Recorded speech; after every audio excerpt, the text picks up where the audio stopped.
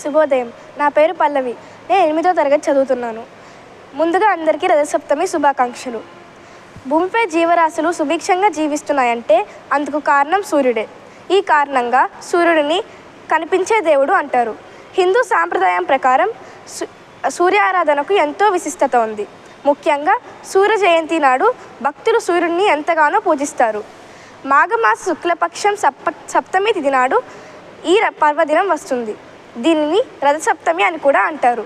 సూర్యుడు 7 గుర్రాల రథంపై దక్షిణాయనం ముగించి పూర్వోత్తర దిశగా ప్రయాణం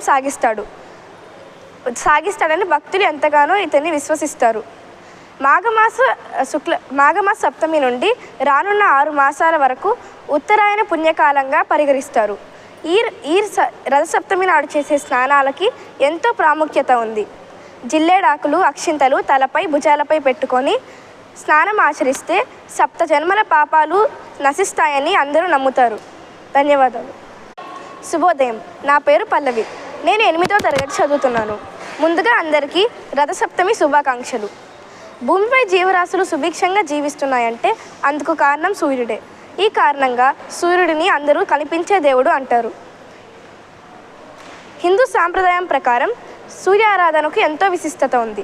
ముఖ్యంగా సూర్య జయంతి నాడు భక్తులు ఇతన్ని ఎంతగానో పూజిస్తారు. మాఘమాస శుక్లపక్షం సప్తమి తిథి నాడు ఈ పర్వదినం వస్తుంది. దీనిని రథసప్తమి అని కూడా అంటారు. సూర్యుడు 7 గుర్రాల రథంపై దక్షిణాయనం ముగించి పూర్వోత్తర దిశగా ప్రయాణం సాగిస్తాడని భక్తులు విశ్వసిస్తారు. మాఘమాస శుక్లపక్షం సప్తమి తిథి నాడు నుంచి రానున్న 6 మాసాల వరకు ఈ ఉత్తరాయణ పుణ్యకాలంగా పరిగణిస్తారు. ఈ రథసప్తమి నాడు చేసే స్నానాలకి ఎంతో ప్రాముఖ్యత ఉంది.